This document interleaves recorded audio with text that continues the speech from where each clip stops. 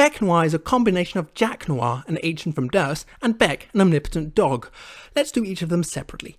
Jack Noir is an arch-agent of Durst, ranking just below the Black King and Black Queen. He's fed up with the Queen though because she insists on him dressing up as a clown. Then again, everyone has to dress up as a clown because John prototyped his Colonel Sprite with one of his dad's Harlequins, which arguably might never have happened if John's dad didn't collect Harlequins, which he only does in the first place to support John's love of clowns, even though John doesn't actually love clowns but only clownified his movie poster subconsciously because of a puppet that was put in his dream world by a troll from another universe, but that's a story for another time.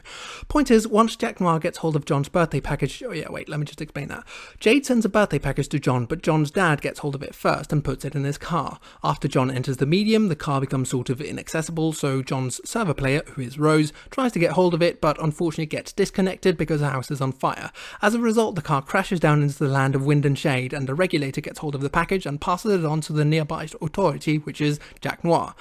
Jack Noir opens the package and finds a heavily weaponized bunny rabbit, which, as it turns out, was a collaboration project between Jade and Jake English, who is sort of Jade's grandfather but in a rebooted universe. Anyway, Jack Noir uses the bunny to kill the Black Queen and steal her ring, which makes him powerful enough to also kill the Black King, which he does promptly. Now, Beck. The god from the furthest ring has been whispering a genetic code to Rose in her sleep, which had been picked up by her subconscious, so much so that she's scribbled it on her walls of a room without being aware of it, as well as filled an entire diary with the code. This is the genetic code for an all-powerful omnipotent being, and obviously it's a bit dangerous to have that lying around. After Rose comes back from the doomed timeline that was triggered by John stupidly following Teresa's plan, she's told by the gods to burn the journal. However, before she can do this, Dave tricks John into picking up the diary so that Jade can see the code on the back of the capsular card and use the punch design, the totem lathe and the alchemiter to create a copy of the journals.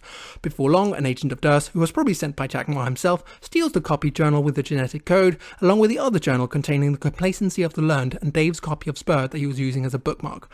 Incidentally, these CDs will get carelessly thrown into a time capsule on a meteor in the Veil, pass through the portal when the reckoning starts, and land on Earth millions of years in the past, in the spot where Jade eventually grows up, which is how Jade comes into possession of the server and the client copies of Spur. Back on the meteor though, the agent of Durst uses an ectobiology machine to lock onto Jay's grandfather's dog, Harvey, and combines the paradox clone of Harvey with the genetic supercode in order to create Beck, the ultra-powerful guardian of Earth, who also becomes Jade's dog after the meteor lands on Earth, as previously described. For this reason, Beck is very protective of Jade, so when another troll uses her psychic powers to make Jade's server player, who is John, fall asleep just as the largest burp meteor approaches Jade's house, Beck prototypes himself in order to save Jade. Jack Noir, who has the Black Queen's ring at this point, then receives the attributes of Beck, and thus we get the dangerous Beck Noir, a trigger-happy psychopath with omnipotent powers. And don't even get me started on Lord English.